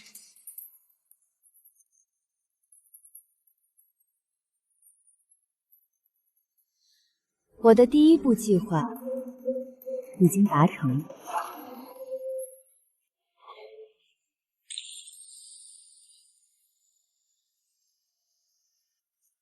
少夫人，世子爷，这是盐田的分红。自从世子爷化解了困财局，我们盐田产量翻了3倍，这是往年没有过的数目。管事客气，法事只是画煞，赚钱靠的是各位的经营。如意教的法子太准了，我随便比划几下，银子就源源不断送上门。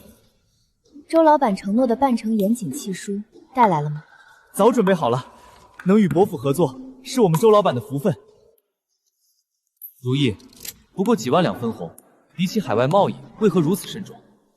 银子是流动的财，盐引是扎根的权，有了它，我们在实业领域才算真正立住了脚。你是说，咱们现在手里捏住了命脉？没错，我要趁现在把这笔钱全部投入扩张。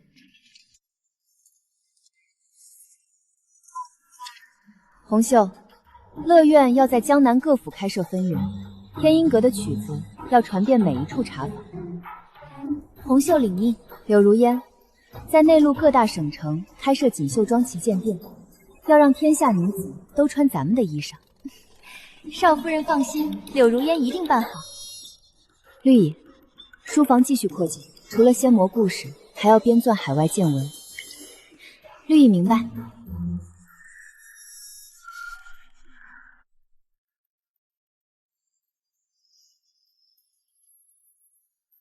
实业是根，贸易是叶，伯府的这棵大树，现在要长得更高了。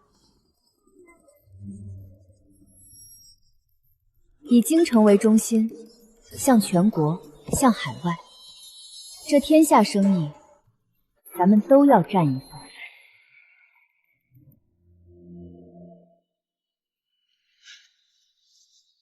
劳烦管事通传，我家大人愿出双倍谢礼，只求真人为新宅予以提书。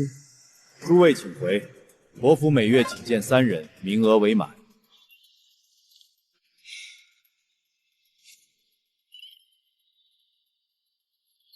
这些权贵越求不到，越对锦州身份深信不疑。他如今名声比官府文书还要广。手不能抖，倒茶速度必须保持缓慢。如意交代，动作越慢，在这些番邦人眼里就越显得身份高贵。大周的真人果然很有威严，一举一动都透着出尘的气息。哪怕消耗掉所有的财物，也一定要请到真人的符咒回去。同为真人，国主听闻您能预测吉凶，特意派我来求一枚平安符。番邦愿出黄金1000两作为谢礼。因缘际会，凡事不可强求。这道符你带回，挂宫殿西北角7日，灾厄自会自然而然消散。多谢真人指点，大周真人名不虚传。从前见官员就躲的人，竟养出了一身威严。这笔买卖算是彻底稳了。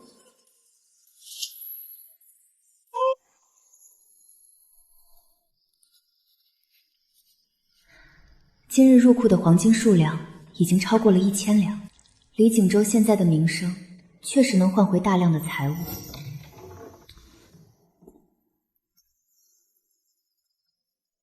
那些权贵为了求得一道符咒，愿意在门外站立3个时辰。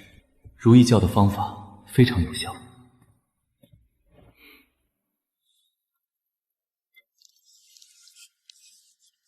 世子爷今日在净室坐了3个时辰，竟然还有力气来给我研墨。你每天都核算账目到深夜，我不过是在进屋里说几句话，怎么会觉得疲惫？你今日坐在主位应对番邦使者的样子，非常有主人的威严。因为我不能总让你一个人处理所有的麻烦。既然我是伯府的招牌，就必须承担起管理事务的责任，为你分担压力。眼前的李锦州终于不再是那个遇到突发情况就会因为害怕而发抖，躲在我身后的人。既然道长明白了，那麻烦您下个月法师的价格再增加3成。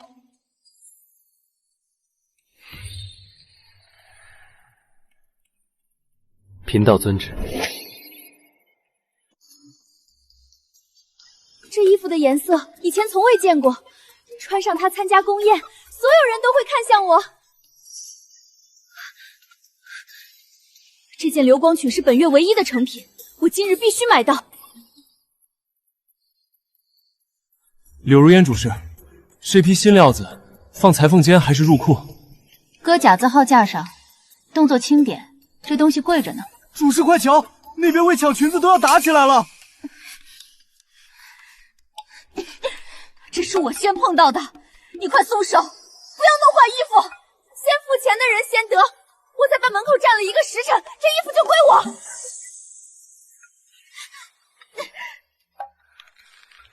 这流光裙必须卖给我，明天的宴会不能在穿着上落后。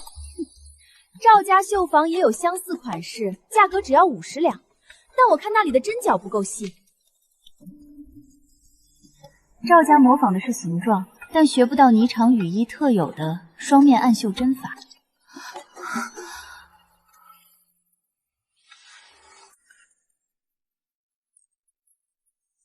此乃海外特供金线，旁人家便是有这心思，也没这料子。是啊，柳如烟，外面的绣坊只能模仿，你的设计才是大周衣着流行的标准，这都是少夫人的栽培。柳如烟现在拿着剪刀和针线，比以前跳舞时感觉更踏实。柳如烟主事，这是18家绣坊送来的礼物，以后保证收。他们保证以后不再模仿霓裳羽衣的款式。以前我靠展示身体获得关注，现在我靠设计衣服，让这些有身份的女人都对我客气。我要更加努力工作，不能让少夫人的计划失败。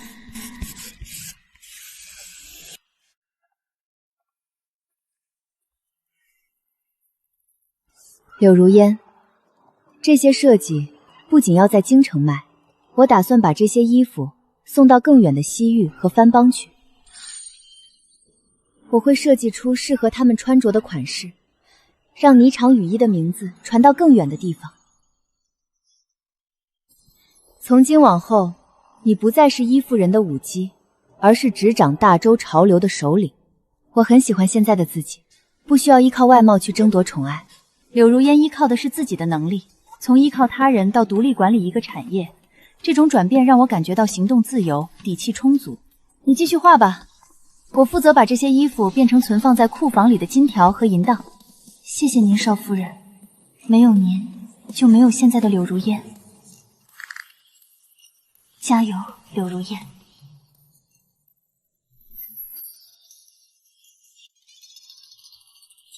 此时此刻，我便是大周门面，至尊绝不能错半分，定要教他们闻曲而站立。用大周的音律让他们折服。沈如意安排的这件事情，让皇家很有面子。这名大周乐师拨动琴弦的速度极快，我的眼睛已经无法完全捕捉手指的动作。这种复杂的音律结构在番邦从未出现过，这种技艺一定要学会。红袖弹奏得很好听，不知道各位番邦来的客人觉得这曲子如何？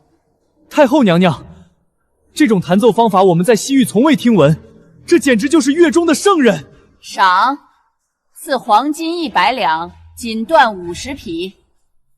红袖，你要负责教导这些番邦人，让他们领悟大周的礼乐。红袖遵旨，红袖定会让他们掌握大周的曲调，不辜负太后娘娘的赏赐。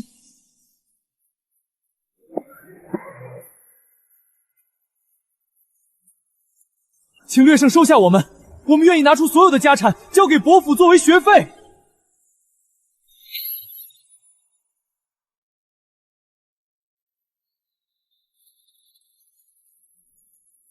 慢点抬，弄皱了这直角，几十两银子就飞了。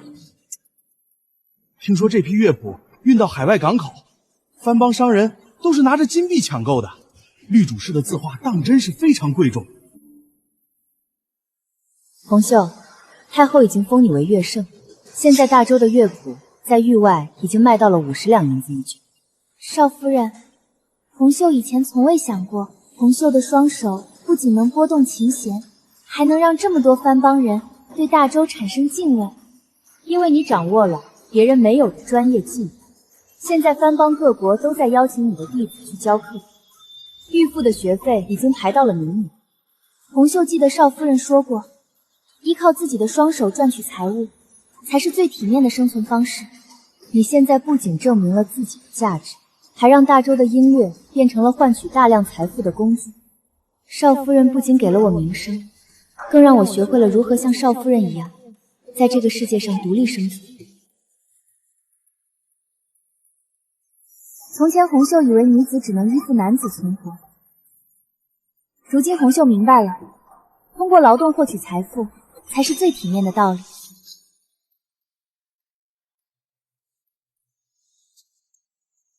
你继续练习吧。我现在去把那些番邦人的定金收入仓库。少夫人，希望我的琴声能分担您的劳累，谢谢少夫人的栽培。如果货物丢失，如意的辛苦劳动将没有任何收获。我必须保证一切顺利。只要商船今天能平安停靠在岸边，我的海外贸易计划就算获得了成功。如意，海风很大，你已经在这里站了2个时辰，回马车里去坐一会儿。哨兵报信，靖安旗号已进，我得亲眼瞧见第一箱财宝落地，这心才能放回肚里。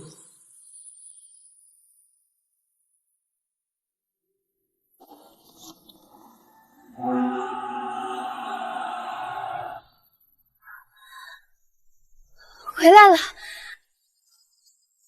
沈少夫人，锦衣卫的哨船已经确认过了，10艘商船外壳完整，船舱装载量极高，已经平安归来。商船终于回来了！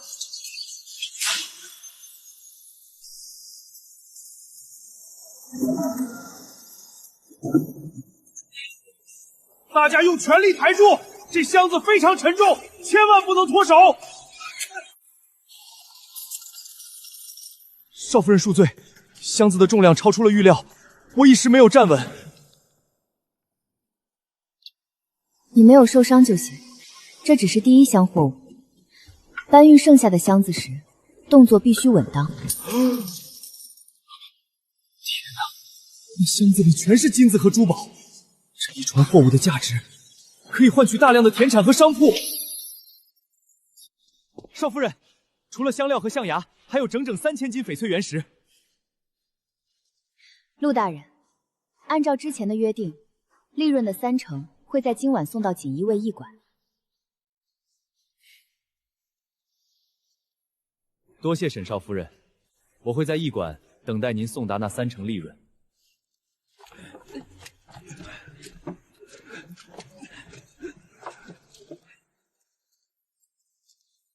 天黑之前，必须把这些货全部运回仓库。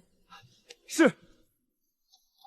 原有库房已满，这批海外财物必须打造新的地方存放。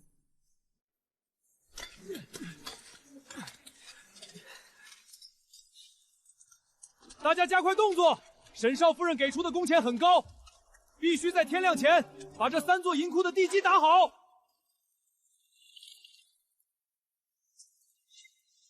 我的个乖乖，做了一辈子奶水匠，还没见过哪家的银子多到连路都走不通。在西苑这片空地上，立刻建造3座地下银库，墙壁用3尺厚的青石加固，铁门要安装3道锁。少夫人，银两和银票的数量太多了，3座银库恐怕也只能装下一部分。李景州不再是那个只会在后院躲避事务的人。以前我只负责花钱，现在才知道管理这些财产需要耗费大量的精力。如意，3年前进入这间院子时，屋子里到处是灰尘，现在咱们竟然要为了没地方存放银子而烦恼。这只是开始，只要海外商路通畅，伯府的收入不会停止。只要你在身边，不管遇到多大的麻烦，我都不会再害怕。那以后伯府的生意，你也得替我分担一半。我们要守护的，不仅仅是这几座银库。3年前，我靖安伯府连修缮大门的钱都没有，没想到我现在还可以穿着这样名贵的长袍坐在这里。少夫人，上个月收取的500名海外弟子的学费核算完毕，已经全部存入库房。锦绣堂在番邦的分号传回了账目。这一季设计的华服在海外卖出的价格很高，利润比去年增加了3倍。如烟负责的书坊收到了域外书商交付的预付定金，他们要求伯府尽快加印域外风土协鼻的下卷。按照目前的进账速度，今年的从收入已经超过了户部州缴的全部税收。伯府全年的净利润是黄金60万两，白银300万两。现在的靖安伯府资产总额是大州的第1位。